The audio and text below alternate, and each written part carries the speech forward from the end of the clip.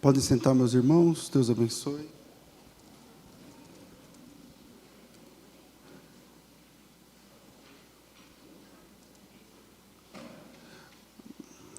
Abra a sua Bíblia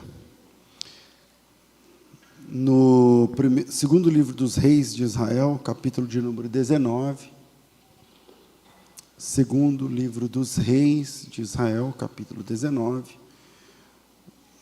Vamos ler os 10 primeiros versículos. Estou achando que é primeiro livro dos Reis, mas deixa eu ver aqui, peraí, mais um minutinho. É primeiro, desculpem. Primeiro livro dos Reis, capítulo 19. Eu anotei errado. Primeiro livro dos Reis, capítulo 19, verso 1.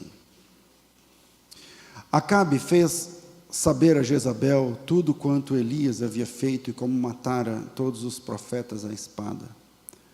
Então Jezabel mandou um mensageiro a Elias a dizer-lhe: façam-me os deuses como lhes aprouver, se amanhã a estas horas não fizer eu a tua vida como fizeste a cada um deles. Temendo, pois, Elias levantou-se e, para salvar sua vida, se foi e chegou a Berseba, que pertence a Judá. Ali deixou seu moço, e ele mesmo, porém, se foi ao deserto, a caminho de um dia, e veio e se assentou debaixo de um zimbro, e pediu para si a morte, disse: basta, toma agora, ó Senhor, a minha alma, pois não sou melhor que os meus pais.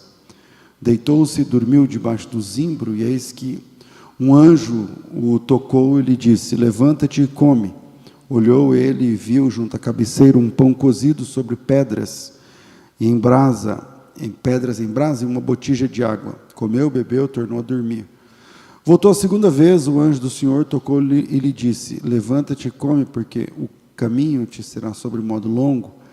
Levantou-se, comeu e bebeu, com a força daquela comida caminhou 40 dias e 40 noites até Horebe, o monte de Deus. Ali entrou numa caverna onde passou a noite, e eis que lhe veio a palavra do Senhor e lhe disse: que fazes aqui, Elias? E ele respondeu: tenho sido zeloso pelo Senhor, Deus dos exércitos, porque os filhos de Israel deixaram tua aliança, derrubaram os teus altares, mataram os teus profetas à espada, e eu fiquei só, e procuram tirar-me a vida. Amém. Obrigado pela água. O que nós podemos entender, aprender em um texto tão complicado, onde um profeta de Deus está pedindo a morte, onde um homem de Deus está pedindo para morrer e muito chateado, inclusive com Deus? Você já ficou chateado com Deus? Você já ficou decepcionado com Deus? Tem um livro que, quando eu li, eu acho que cada vez que a gente lê algum livro, a experiência que a gente tem na vida lança luz ali, né? As cores são diferentes. Alguns livros eu li algumas vezes na minha vida, e cada vez que eu li, tirando livros de teologia, mas eu estou falando livros, né? E um deles é o Decepcionado com Deus, do Philip Yancey. E como foi o primeiro livro do Philip Yancey que eu li, ele é um autor muito difícil. Hoje eu já tenho alguns livros dele que vale a pena ler. Não sei se vou lembrar aqui, mas vamos lá. Um dos que eu mais gostei, Alma Sobrevivente. Se você puder, dica de leitura para esse ano ainda. Alma Sobrevivente. Embaixo do livro, salvo engano, está dizendo assim: sou cristão, apesar da igreja. E esse livro é muito legal. Um outro do Philip Yancey, O Jesus que eu nunca conheci. Também é um livro muito bom, difícil de ler, mas muito bom. Um outro livro do Philip Yancey, A Bíblia que Jesus lia. Um livro muito bom também. Mas eu estou criando aqui saindo do assunto. Às vezes eu estou falando isso porque o livro dele, Decepcionado com Deus, é um livro o cara, não sei quem leu esse livro, o cara lá pelas tantas pega a Bíblia e põe na churrasqueira e queima. E aí você fala: meu Deus, onde vai parar? Eu já fechei esse livro, não vou ler esse livro. Mas depois você fica curioso e fala: tá, vamos ver o que vai virar agora. e tal. E no fim foi um bom livro sobre fé. Mas está muito eco, não está não, gente? Isso aqui, se eu falo muito perto assim, fica alto. Eu quero ficar lá perto porque o pessoal do YouTube fala que é baixo, mas aqui para vocês está alto demais. Regulem aí, por favor. E o que a gente pode aprender de um texto complicado, onde um profeta está pedindo para morrer, o profeta está muito chateado e está se sentindo só. Eu não sei, eu imagino que, sei lá, a Cris, que é psicóloga, já deve ter feito não sei, o que o Elias tem aqui, Cris? É um borderline? É depressão? A ideia ali é depressão. Traços de depressão. Né? O quadro depressivo. Mas, se você já ficou chateado com Deus, ou já se sentiu assim como Elias, ou talvez uma outra pergunta, você já pensou em desistir? Você já desistiu do seu chamado? Eu sei que aqui, hoje, nessa noite chuvosa, tem irmãos, queridos meus, muitos de vocês já fui à casa, somos irmãos há alguns anos. Mas também sei que, me ouvindo agora, tem pessoas que eu não conheço, que talvez nunca irei à casa. Mas uma coisa que eu tenho certeza que entre vocês aqui, o pessoal que está lá, ao vivo também agora, ou que vai vir depois, tem pessoas que já desistiram do chamado que receberam. Talvez aqui, agora, ou online com a gente.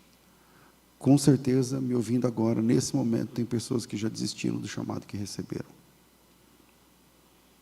Existem pessoas que estão me ouvindo agora e que estão no processo de desembarque do ministério. Estão desembarcando do ministério. E eu não estou falando da fé, eu estou falando do ministério. Você já sonhou com o seu chamado, já colocou coisas no caderno, já fez algumas ligações, mas isso é lá atrás. Você já deu alguns passos em direção ao ministério que Deus te chamou, você já caminhou um pouco, já ajudou, já foi uma pessoa estratégica na comunidade. Mas, sempre tem um mas. Você já fez isso, já fez aquilo, mas... E talvez o seu mas, se me faça entender, seja honesto. Tipo, eu mesmo talvez não resistiria se fosse lidar com o seu mas. A questão é que sempre tem um mas. Nós, nesse texto, vamos conhecer o mas do profeta Elias. Homem de Deus, cheio da unção, profetizou, funcionou, temido pelo rei, profetizou uma seca de 3 anos, funcionou, mas, sempre tem um mas. Então, vamos conhecer o mas do profeta Elias. Ele está desistindo, literalmente, por causa das pessoas. Nós já falamos sobre isso. O Elias está desistindo por causa das pessoas. Por que eu sei disso? Porque no verso 10, quando Deus... Tem como tirar o eco? Um pouco? Está tentando? No verso 10, quando Deus pergunta para ele, o que ele faz aí no verso 9, na verdade, ele responde assim, ó, eu tenho sido zeloso pelo Senhor, Deus dos exércitos, mas os filhos de Israel deixaram a tua aliança, os filhos de Israel derrubaram teus altares, os filhos de Israel mataram os teus profetas e só ficou eu. Então, qual é o mas do profeta Elias? Ele está desistindo, ele foi chamado, é profeta, é homem de Deus, mas as pessoas estão estragando o seu chamado. E eu sei disso pela resposta tríplice do profeta Elias. Quando Deus pergunta, por que você está murcho? Por que você está parando? E aí ele fala, eu sou zeloso. Não estou em pecado. Tudo em paz comigo e Deus. Comigo o Senhor está ok. Mas os filhos de Israel, esses... Aí ele fala de 3 coisas. Eles quebram aliança, derrubam altares e matam profetas. E todas essas 3, numa ordem crescente, são terríveis, porque quebram aliança, é terrível. Derrubam altares. Quer dizer, você já viu um altar onde matavam os animais e tal? É uma coisa sagrada. Então tem um cara, fila da mãe, para ir lá derrubar um altar. Esse cara, um cara desse, não, mas e vai piorando a escala de maldade, de malignidade. E por último, eles matam os teus profetas. E não é matar não é virar hater, igual hoje, o assassinato da moral das pessoas. Não, é matar de verdade. É matar de verdade. Então pensa num povo corajoso, que quebrava aliança, que virava altar e que matava pessoas, e que matava profetas. Este é o mas com o qual o profeta Elias teve de lidar.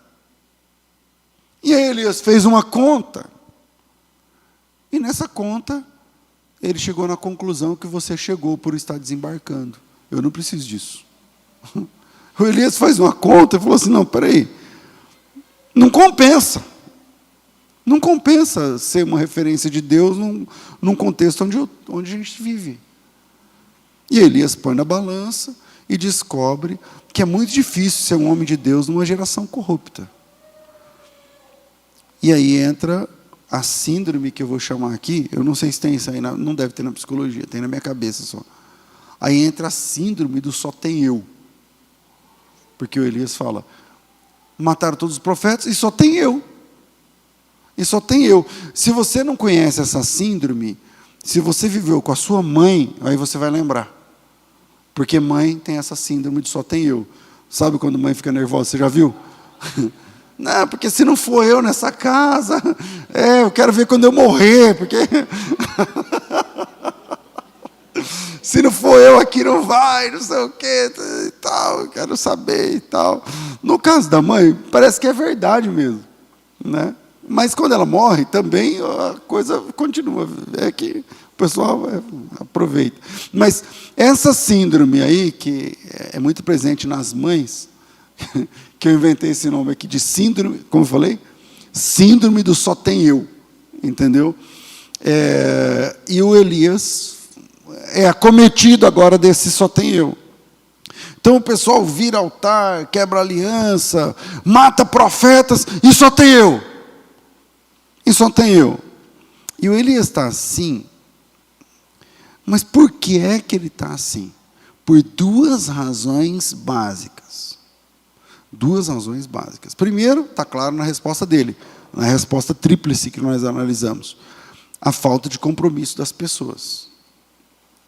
E segundo, porque ele não enxerga ninguém fazendo o que ele está fazendo. Ele não enxerga ninguém fazendo o que ele está fazendo. Por isso ele fala, só ficou eu. E eu queria deixar 3 pontos para a gente pensar, analisar nesse texto. E das duas, uma, esse culto vai começar mais cedo, vai terminar mais tarde, porque é difícil pregar em meia hora, logo na quinta-feira. Mas hoje vai terminar no horário. A gente tem que combinar antes. Primeiro, quem não enxerga os 7.000, porque quantos tinha fora o Elias? 7.000. Lembra do texto? Quem não enxerga os 7.000, não consegue ver a ação de Deus. Quem não enxerga os 7.000, não consegue ver a ação de Deus. A gente conhece bem essa história, a gente sabe como termina a história do Elias. Volta aí no texto, 2 Reis 19, eu estou falando no 2 Reis, mas é primeiro, né? Primeiro livro dos Reis, 19, verso, deixa eu achar aqui, verso 18. Disse Deus para o profeta Elias, eu também conservei em Israel 7.000, de todos os joelhos que não se dobraram a Baal, de toda a boca que não o beijou. Então, igual o profeta Elias, não vou dizer igual o profeta Elias, mas como o profeta Elias, que não se curvou, o joelho não se dobrou, a boca não beijou a imagem de Baal, haviam 7.000 outras pessoas que também não tinha se dobrado o joelho, não tinha dobrado seu joelho, também não tinha beijado a estátua de Baal. O problema, a questão, é que o profeta Elias não conhecia nenhuma dessas pessoas. Ele não viu nenhuma dessas pessoas. O Elias não via esses 7.000. Ele não sabia da existência desses 7.000. Deus foi que falou para ele. E por não saber, e por não ver, e por não enxergar, ele sentiu que ele era o único que amava Deus e que não concordava com a adoração a Baal. Então, como eu não vejo ninguém fazendo o que eu faço, as chances são que eu vou me sentir sozinho. Como eu não enxergo ninguém vivendo o que eu vivo, então parece que eu sou sozinho. Esse é o problema da síndrome do só tem eu. A mãe pensa isso porque ela não vê o filho ajudando, não vê o marido ajudando, não vê, então só tem eu. E essa constatação do profeta Elias, errada, por assim dizer, porque não tem só ele está pedindo a morte porque só ficou eu. Essa constatação fez com que o ministério do profeta Elias fosse parando gradativamente. Então olha aqui, olha para cá. Na quinta passada, nós analisamos a vida do João o Batista. Não foi? Quinta passada, ok. E o que nós aprendemos na quinta passada? Que o João Batista preso, ele não via os milagres. E como ele não via, o João Batista profetizou quem era Jesus. Sabe esse negócio de Cordeiro de Deus? Foi o João Batista, foi o primeiro a dizer, esse é o Cordeiro de Deus que tira o pecado do mundo. O João Batista era primo de Jesus. O João Batista era o pregador antes de Cristo. O João Batista é quem batizou Jesus. O João Batista é aquele sobre quem está dizendo lá em 40 de Isaías. Eis que eu envio o meu anjo. O João Batista é chamado de anjo do Senhor. Você está entendendo? Ele profetiza os milagres de Jesus, mas ele nunca viu. E como ele não vê esses milagres, ele não viu os milagres. Como ele não viu os milagres, então agora ele fala assim, mas será que é isso mesmo? Será que é isso mesmo? Então, essa constatação do profeta Elias, constatação errada, que só tem eu, que está todo mundo perdido, menos eu, que está todo mundo beijando Baal, menos eu, que está todo mundo se prostrando, menos eu, essa constatação fez com que o ministério do profeta Elias fosse parando gradativamente. Para esse cara estar debaixo de uma árvore pedindo a morte, o ministério está sendo parado gradativamente. Ninguém para da noite para o dia no ministério, nem na fé. Ninguém para assim, se acabou de fazer um evento, e que você está cheio de planos, e projetos, e datas, e ideias, e reuniões, e pessoas, e orações, e tal, e aí você fala assim, eu vou parar com isso tudo. É assim? Não. Você vai gradativamente se retirando. Vocês estão ouvindo ou não? Gradativamente se retirando. Um culto a menos na semana,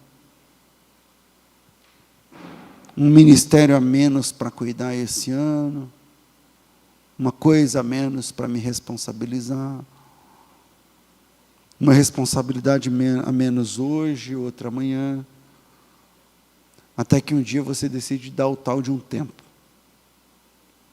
E esse tempo vai durar quanto tempo? Sabe lá Deus quando. Sabe lá Deus quando. Pastor, mas o senhor consegue ver que o Elias fez isso na Bíblia? Que ele foi consigo? Mostra para você, abre aí, no texto que a gente está. Veja no verso 2. Primeiro, ele temeu e foi embora para salvar a sua vida. Até aí eu não acho que é um problema de que ele está entregando o ministério. Mas veja no verso 4. Já no verso 4, ele parou de caminhar com o seu moço. Veja, ele tinha dito que só não conhecia ninguém, só era ele. Só que aqui no verso 4, ele conhece sim. O moço dele que trabalhava com ele, não beijou Baal, nem dobrou o joelho diante de Baal. Mas ele tomou a decisão de parar de caminhar com ele, com o rapaz. E aí ele chega, eu não sei se em Berseba, alguma coisa assim, ele deixa o seu moço. No verso 10, ele disse que ele ficou só. Então, mas ele ficou só porque ele decidiu parar de caminhar com o seu companheiro de ministério. Essa é uma decisão que foi dele. No verso 14, ele repete a mesma ladainha, né? Porque ninguém, só está eu, e só tem eu, só tem eu, só tem eu. E quando você para, olha aqui para mim, quando você para de andar com gente de Deus, e quando você começa a andar com gente que não é de Deus, e quando você começa a repetir a mesma desculpa esfarrapada, isso não é bom sinal no ministério. Isso não é bom sinal. Quando as suas amizades dentro do reino vão se cambiando, vão mudando, e você vai parando de andar com quem é de Deus, porque igreja tem gente que é de Deus, tem gente que não é. Você está entendendo? Igreja tem gente que vale a pena você passar o mês do lado da pessoa, e tem gente que não vale a pena você ficar 5 minutos do lado da pessoa. Desculpa eu ser sincero. Tem pessoas que não vale a pena você ficar 5 minutos, porque você sai pior. Você vê o que não deve, você aprende o que não presta, você é pior. Então, isso seleciona bem os seus amigos de caminhada na fé. Mas tem pessoas, geralmente os mais simples, que vale muito a pena caminhar junto. Que vale muito a pena sair do culto hoje e falar assim: irmão, vamos marcar um dia para a gente, vem na minha casa passar uma tarde. Eu quero que a minha família, a sua família esteja mais próxima, porque eu tenho muito a aprender com o irmão. Eu tenho muito a aprender com a irmã. Tem gente que vale a pena caminhar junto, ficar perto. E quando você vai parando, vai se divorciando, vai se separando de gente que é de Deus no meio da caminhada, e no próximo frame, como falo, no próximo take, na próxima etapa, aí você começa só tem eu, porque hoje em dia, as igrejas, hoje em dia, o pessoal do hoje em dia, é o pessoal que está desembarcando da fé, e aí o Elias, porque ele não enxerga os 7.000, ele não conhece os 7.000, ele nunca andou com um desses 7.000, então ele foi acometido da síndrome do só tem eu, ele foi parando de andar com quem é de Deus, porque o menino era de Deus e ele parou porque ele quis, e agora que ele já não anda com quem é de Deus, e ele não vê quem é de Deus, então ele está sozinho, então ele olha para um lado, olha para o outro, então, aí Deus fala: e aí, por que você está em murcho? O que você quer? Não, eu quero morrer, eu não sou melhor do que meu pai, eu não sou aquela mesma. Quem falou que ele não é melhor do que seu pai? Ele era. Mas na depressão, a gente não consegue enxergar.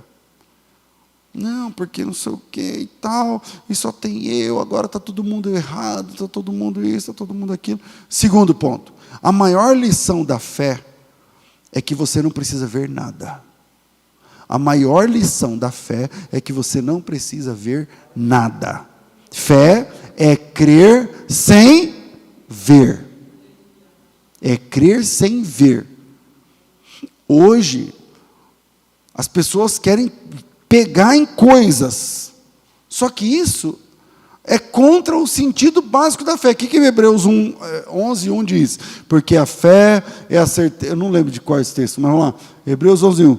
Porque a fé é o firme fundamento das coisas que se esperam e a prova daquilo que não se vê. É a definição de fé, a prova das coisas que você não vê. Ai, pastor, mas eu não estou vendo. Não, mas eu não tenho que ver mesmo. Fé é quando você não vê nada. A maior lição de fé, a maior lição da fé é que você não precisa ver nada. Voltando, semana passada está falando sobre João, que viu, pregou sobre os milagres, profetizou, apontou a Cristo, e não viu nenhum milagre que ele mesmo profetizou. Os milagres de Jesus que ele profetizou, ele não viu. Agora estamos diante do Elias, o maior vulto profético do Antigo Testamento. Você sabia que numa sinagoga, qualquer sinagoga, se você, hoje em dia é o Google, então vai ver aí se você é ou não, o que eu estou falando. Hoje em dia, qualquer sinagoga do mundo, desse planeta, se você colocar o layout da sinagoga, tem uma cadeira chamada cadeira de Elias dentro da sinagoga. Aí você fala assim, bonita, estofada e tal. Aí, por quê? Quando vai fazer que corta o prepúcio do menininho de 8 anos, de 8 dias, como chama? Circuncisão e tal, tem lá a cadeira do Elias, que o pai senta, o sacerdote senta, sei lá quem senta. Quer dizer, até hoje, na Páscoa, por exemplo, as famílias, quando celebram a Páscoa, é uma cadeira vazia à mesa de cada casa, em Israel.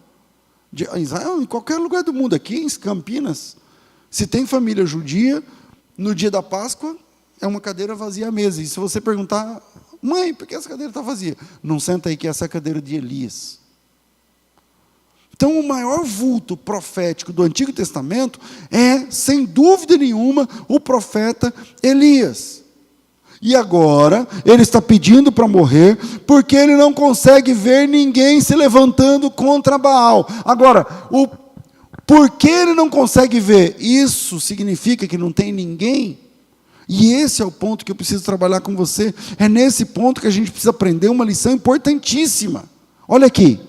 O reino de Deus é muito maior do que você imagina, conhece ou vivencia. O reino de Deus é muito maior, muito maior do que você conhece, do que você pensa, do que você imagina, do que você sonha à noite, do que você experimenta. O reino de Deus é muito maior. É muito maior. Quando a gente abre a Bíblia, sei lá, em Apocalipse capítulo 7, e você vê os mártires da tribulação, vindos aos milhões e milhares de milhares, de todas as tribos, e línguas, e povos, e nação, você vê a igreja, o corpo de Cristo, derramando-se entre as culturas. Entre as culturas. Eu me lembro o dia que eu li a primeira vez, era um dos primeiros livros que eu li, foi o Fator Melquisedeque. Eu nem imaginava que um dia eu poderia ter feito um convite formal ao autor desse livro para vir ao Brasil, especialmente participar de eventos comigo aqui. Eu nem imaginava que um dia eu ia conhecer o cara que escreveu esse livro. E aí um dia, o Totem da Paz, que é uma trilogia, né? No Totem da Paz. Aí, lá pelas tantas, ele escreveu, não vou lembrar aqui a frase exata do livro, isso faz 20, sei lá, quase 30 anos. E aí ele falava que ele pregou o evangelho para uma tribo inteira. E a tribo inteira, ela era canibal. E eles colecionavam as cabeças dos inimigos. Né? Então o cara faz uma estante dentro de casa cheia de cabeça. E fede, e fica lá as cabeças, até virar caveira. E aí, ele chegou, ele desembarcou. Nós estamos falando de um lugar que tinha, à época, sei lá, 40 mil índios. Não é bem índios, né, que eles falam lá. Isso é lá na Nova Zelândia, uma das ilhas da Nova Zelândia. E aí, ele é o primeiro branco que chegou lá. Para vocês terem uma ideia, o pessoal derrubava a árvore com um machado feito de madeira, na época. Então, quando ele chegou lá, ele era o primeiro homem branco. E aí, o assunto aqui não é esse, mas aí ele conseguiu pregar o evangelho a eles. Aí, quando ele conseguiu pregar o evangelho a primeira vez, o órgão mais importante do corpo deles lá era o fígado. E aí ele falou assim, então, Jesus vai entrar no seu fígado agora. E aí todo mundo ali, né, naquela e tal. E aí o primeiro, porque a regra lá da tribo, se o que vale para nós o cacique aqui, para a gente entender, se o líder geral se entregasse, então a tribo inteira ia fazer essa entrega. E aí o nome do dono, do chefe lá, do cacique, ou coisa parecida, era Rato. E aí ele ficou parado assim, aí ele falou assim, como eu faço para esse seu Jesus morar no meu fígado? Aí ele falou assim, você põe a mão no seu fígado e a gente vai orar. E ele vai visitar você agora no seu fígado. E aí ele começou a chorar. E aí ele veio com as 4 esposas aceitar Cristo. Quando eu li isso, eu falei assim, como é que é? O cara vindo com as 4 esposas, se rendendo a Cristo. Fechei o livro, cocei a cabeça. Eu falei, não, isso aqui... A minha cabeça de novo convertido, da Assembleia de Deus, de 1900 e antigamente, eu falei assim, meu, pastor, o senhor quer... Aí eu, agora mesmo, enquanto eu estou falando, fração de segundo, então o senhor quer dizer que hoje o senhor concorda? Não, não é que eu concorde, mas o que eu estou dizendo é que cada cultura precisa ser entendida como aquela cultura. Então, pode ter 4 esposas pela Bíblia? Não. Não pode, mas essa é uma conta que a gente faz depois. Primeiro a graça chega, alcança essa galera toda, depois a gente vê como fica essa questão cultural, já que nós não estamos falando de um adultério, nós estamos falando de um casamento em outra cultura, com mais de uma esposa, como tinha na Bíblia, por exemplo. Então, quando a gente para e entende que o reino de Deus é muito maior do que a nossa igreja, do que a nossa cabeça, do que a nossa cultura, do que a nossa língua, do que a nossa experiência, aí a gente começa a entender o quanto o profeta Elias precisava ter uma aula sobre o que é exatamente o reino de Deus. Quase todo dia, eu vejo pessoas comentando nas redes sociais da minha parte, às vezes pregações, cortes, postagens, respostas, postagens de edificação, que eu sempre, quando tenho tempo, eu faço, como fiz hoje, semana passada. As pessoas comentam do tipo assim, o pastor é um dos poucos que, como isso me machuca.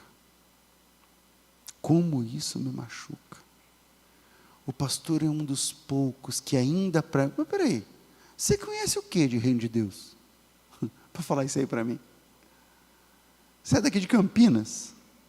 E você acha que o reino de Deus se resume ao bairro tal de Campinas? Meu irmão, você está entendendo? Não é, tal fulano é um dos únicos. Peraí, para você falar que ele é um dos únicos, ou eu, ou qualquer outro, então primeiro você tem que conhecer todos. Faz sentido o que eu estou falando ou não? Para você falar assim, um dos únicos pastores que pregam a palavra no Brasil é fulano e fulano. Tá bom, você sabe quantos milhões tem? Você conhece cada um deles?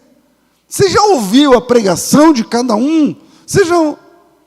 Mas hoje é essa a nossa experiência, é a mesma coisa que o profeta está falando, só tem eu, mas ele está falando a partir da experiência dele, e não da verdade. Isso é uma ignorância terrível. Gente, vamos abrir os olhos hoje, agora. Enquanto nós estamos aqui nesse culto, existem irmãos que passaram o dia pregando na praça, e que estão chegando em casa agora, por causa da chuva, e estão roucos, porque passou o dia em volta de uma roda, e pregando contra a idolatria, e pregando contra o pecado, e pregando contra um monte de coisas, e pregando contra esse sistema, e eu estou aqui no ar-condicionado, vim num carro importado que eu tenho, vim tal, claro, eu trabalhei para ter, não vivo da lã da igreja, vocês sabem, mas igual a mim, não, tem gente muito melhor, que faz muito mais pelo reino de Deus do que eu. Que conversa é essa? Então hoje, enquanto a gente está aqui, é por isso que eu amo esses tipos de trabalho.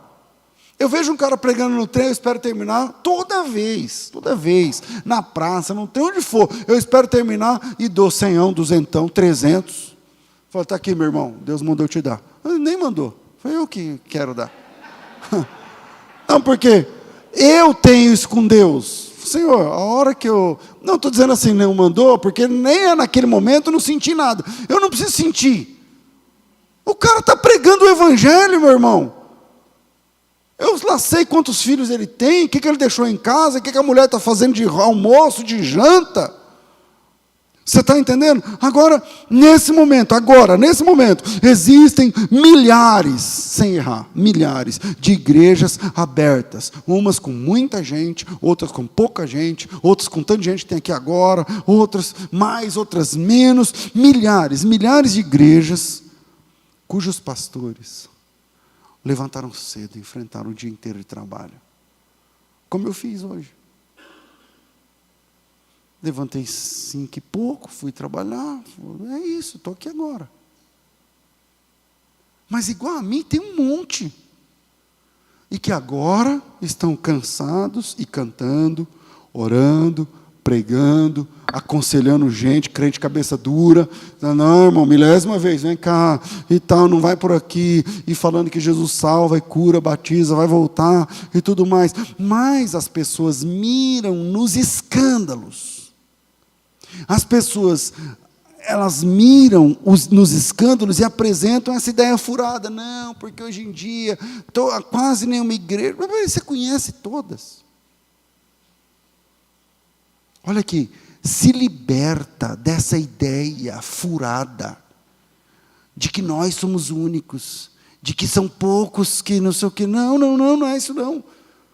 Jesus vai vir buscar uma igreja no mundo inteiro, de tribos, povos, línguas e nações que estão glorificando a Cristo. Glorificando a Cristo.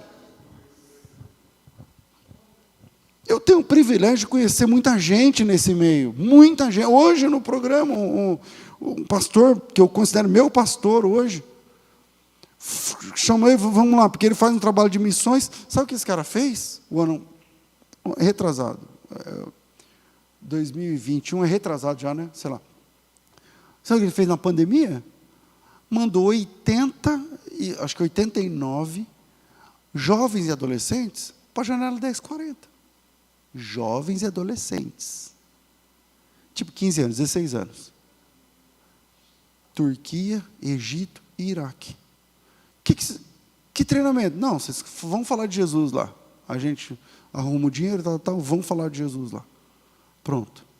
O maior batismo da história do Iraque foi feito por jovens e adolescentes dessa igreja. 22 pessoas se converteram lá no Iraque. Então, e a gente é um dos poucos no Brasil.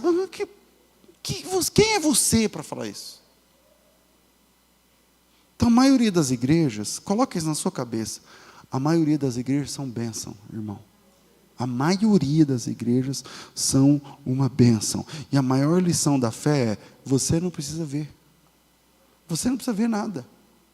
Para você aferir nada. O Elias não precisava ver. Ele tinha que crer só. Deus disse que haviam mais de 7.000. Ou mais 7.000.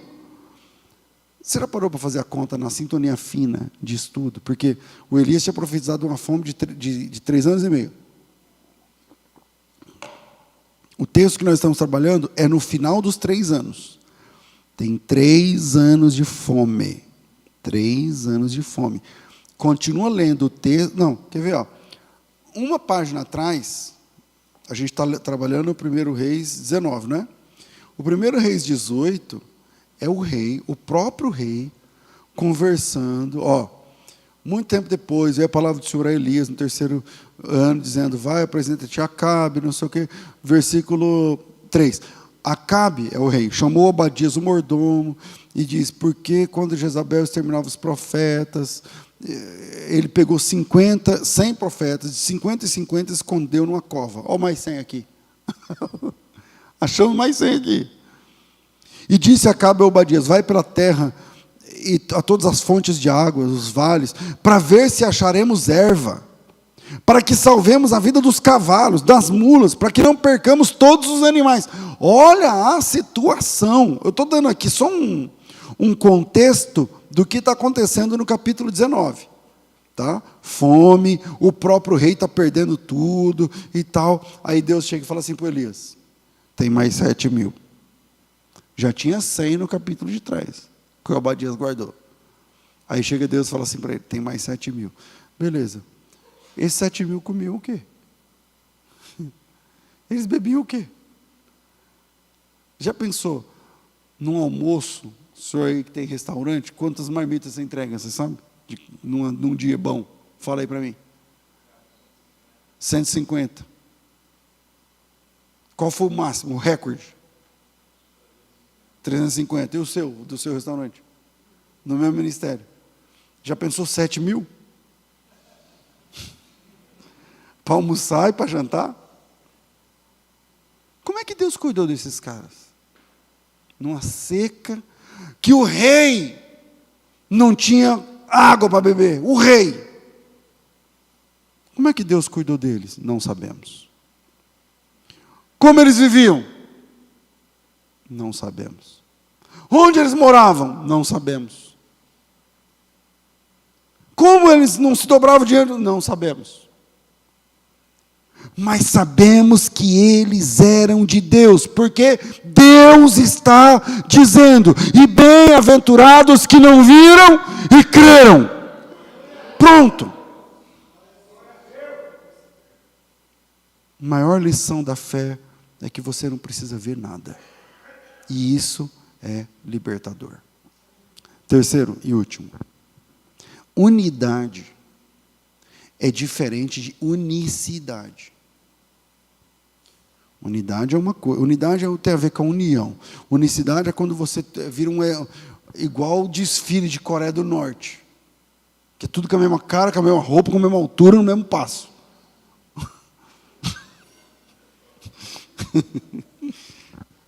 Não que eu queira, não, querendo ser misógino ou coisa parecida.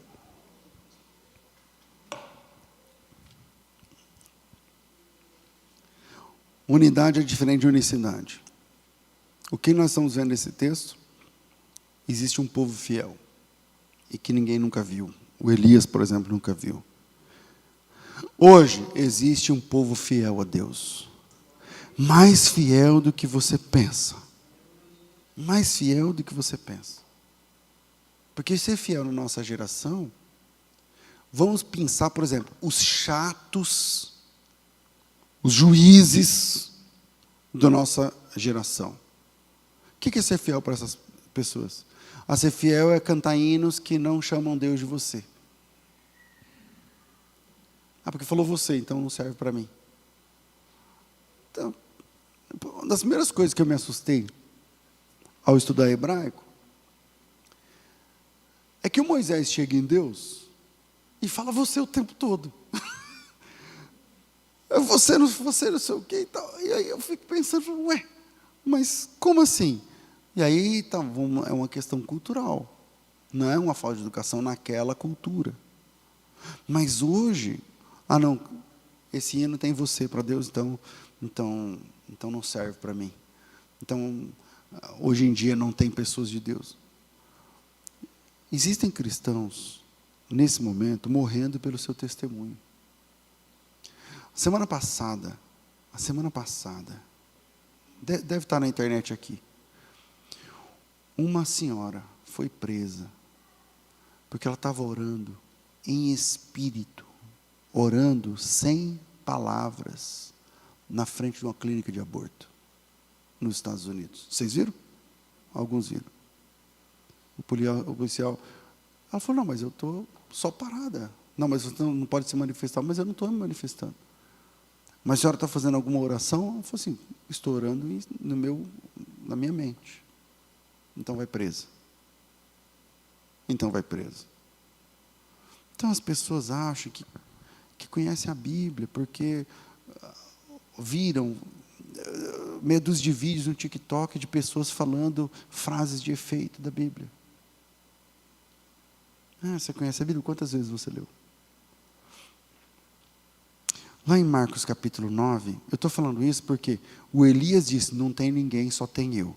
Tá, mas qual é a régua que ele está usando para medir? Qual é a régua que ele está usando para medir? Em Marcos capítulo 9, verso 38, está escrito assim, disse-lhe João. O João era conhecido como o discípulo amado. Olha o amor. Mestre, vimos um homem que em teu nome expulsava demônios, mas ele não nos segue. E nós lhe proibimos, porque não seguia conosco. Esse é o discípulo do amor. Eu acho que é depois desse texto que ele ficou conhecido. Acho que é depois desse momento aí, né? Vimos um homem expulsando demônios em teu nome. Em nome de quem? De Jesus. Só que ele não anda com a gente. Então nós o proibimos. Eu não sei o que ele falou. Cala a boca, sai daqui. A partir de hoje você está proibindo. Alguma coisa nesse nível aí. Para proibir. E nós o proibimos. Porque não anda com a gente. E Jesus diz, não proibais. Porque ninguém há que faça milagre em meu nome. E logo a seguir possa falar mal de mim. Olha que interessante. Olha como Jesus é tremendo. Ele não colocou a soteriologia em questão. Ele não disse que o cara é salvo. Ele não salvou todo mundo que faz milagre em nome dele, porque senão ele ia contra o que ele mesmo disse lá em Mateus 7, em teu nome fizemos isso, isso e aquilo, mas eu não te conheço. O que Jesus disse é o seguinte, o cara está falando em meu nome, deixa o cara falar. Um dia ele vai ser julgado, se é de Deus, tudo bem, se não é, ele se dá mal, mas deixa o cara falar. Não proíba, porque não há ninguém que fale em meu nome e depois fale mal de mim. Então deixa ele falar meu nome, falar bem de mim e tal. Se um dia, no juízo final, ele não passar pelo crivo da palavra de Deus, o problema é dele, não é seu. O problema é dele e não é seu. E aí ele continua, quem não é contra nós, é por nós. Porquanto aquele que vos der de beber um copo de água fria, em meu nome, porque sois de Cristo, e em verdade vos digo que de modo algum perderá o seu galardão. Tem discípulo de Jesus de cada jeito. E são discípulos de Cristo. A gente precisa aprender. A nossa igreja recebe pessoas vindas de vários outros lugares, decepções e histórias. Por algum motivo. Amém, irmão. Bem-vindo e tal. Só que a palavra genuína não significa única. Uma aliança de ouro genuína não significa que a aliança é de ouro e é a única aliança de ouro que existe no mundo. Só diz que é de verdade. Só diz que aquela é de verdade. Mas igual a nossa intenção de sermos cristãos genuínos, de amar como Jesus, de viver como Jesus manda, muitos irmãos vivem assim. Muitos irmãos, muitas irmãs. E nós não temos procuração de Jesus para impedir ninguém que fale em seu próprio nome. Ninguém. Fala em nome de Jesus, amém, meu irmão, amém. Ah, pastor, mas aí tem seitas, heresias. Não, eu estou dizendo, unidade é uma coisa. Unidade doutrinária, amém. Aí, ok, Jesus é Deus, crê no Pai, Filho e Espírito Santo, amém. A Bíblia é a palavra de Deus, então, unidade. Agora, unicidade é uma coisa muito diferente. Há alguns anos atrás, eu ouvi esse testemunho, vou encerrar. Um irmão estava indo para algum país da Europa, ali, como que chama em português? A gente tem um nome para os Países Baixos? Holanda, obrigado. E a capital da Holanda é? Amsterdã, E aí ele estava indo para Amsterdã. Eu já fui a Amsterdã várias vezes a trabalho, muitas vezes, tipo umas 20. Então, é tenso, entendeu? É tenso. E aí, ele estava indo, né, era uma conferência de sei lá o quê, de líderes, de não sei o que lá, e beleza. Aí, paletó, sapato top e tal, não sei o quê, coisa chique. Quando chegou no avião, sabe a fila do embarque? Na fila do embarque do avião, tinha 2 caras com, tipo, cabelo rastafari, chinelo de couro, com metade do calcanhar arrastando no chão, aquelas mochilas encebadas, tal, o cabelo todo emaranhado, assim, que vira uma pasta, né, aquele negócio tal. Aí ele olhou e falou assim, mano, tomara esses caras não sentem perto de mim. Porque esse cheiro no avião, até um voo, sei lá, de umas 12 horas, entendeu? Então, tomara que esses caras não sentem perto de mim. E aí, Beleza, aí ficou ali e tal, em sala de embarque e tudo mais. E aí, na hora que os caras desceram lá no aeroporto, pegaram as mochilas e tal, aí o cara viu na camisa de um deles estava escrito assim, Jocum. Ele falou, não. Sabe o que é Jocum, né? Jovens com uma missão. É uma agência missionária underground de jovens que estão no mundo inteiro. Aqui em Campinas acho que tem uma base. Não, todo lugar tem base. E aí, Campinas, até fui convidado para falar uma vez aqui na base. E aí ele falou, não, esses caras não são da Jocum, meu. Alguém deu essa camisa para esses caras em algum lugar. E aí, depois ele foi lá pedir perdão para os meninos. Porque depois ele ficou, enquanto a mala não chega, ele ficou olhando o comportamento dos meninos, e os meninos distribuindo folheto. E ele olhou para ele, né? Sapato de R$2.000. E ele falou, mano, e eu com essa roupa e com essa cara, imberbe, cabelo na régua, eu não chego a 200 metros. Eu não chego a 200 metros dos lugares aonde esses caras chegam para falar de Cristo. Eu não dou conta de chegar na porta da porta da porta, porque eu sou colocado para fora, ou assaltado, ou morto, ou sequestrado, qualquer negócio. Mas esses dois caras, eles vão lá no núcleo desses lugares, onde eu não passo nem na porta, que eu nem sei que existe, para falar de Jesus para pessoas cujas existências a mim são estranhas. E eles vão lá falar de Jesus. Unidade é diferente de unicidade. O Elias está dizendo, só ficou eu. Por que ele só ficou eu? Porque ele não está vendo ninguém. Ou talvez, porque os que ele vê não são do mesmo uniforme que ele gostaria. Então ele olha e fala assim, não conta. Esse daqui também não conta, esse daqui também não conta. E aí Deus falou para Elias, fica tranquilo. Tem mais 7.000. Que o negócio deles é comigo e não é com você. É comigo e não é com você. Pensa nisso. E essas últimas pregações é para a gente largar de ser chato. É para a gente largar de ser chato. O reino de Deus é maior do que a gente pensa. Deus abençoe vocês em nome de Jesus. Aleluia, vamos ficar de pé, gente. Vamos ficar de pé, por favor. Chegou a hora de ofertar, de investirmos no reino de Deus. Então, curva a sua cabeça. Pai Santo, nós te louvamos em nome de Jesus. Obrigado, Senhor, pela palavra, pela nutrição espiritual. Que possamos estudar mais esse texto, aprender mais dele. Agora, no momento do ofertório, queremos nos envolver.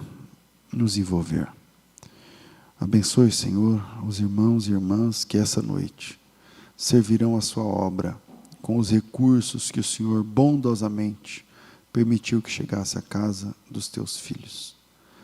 Recebe, Senhor, em nome de Jesus, e prospera abundantemente a vida e a família de todos aqueles que estão compromissados com o teu evangelho e com o teu reino. Em nome de Jesus. Amém. Amém.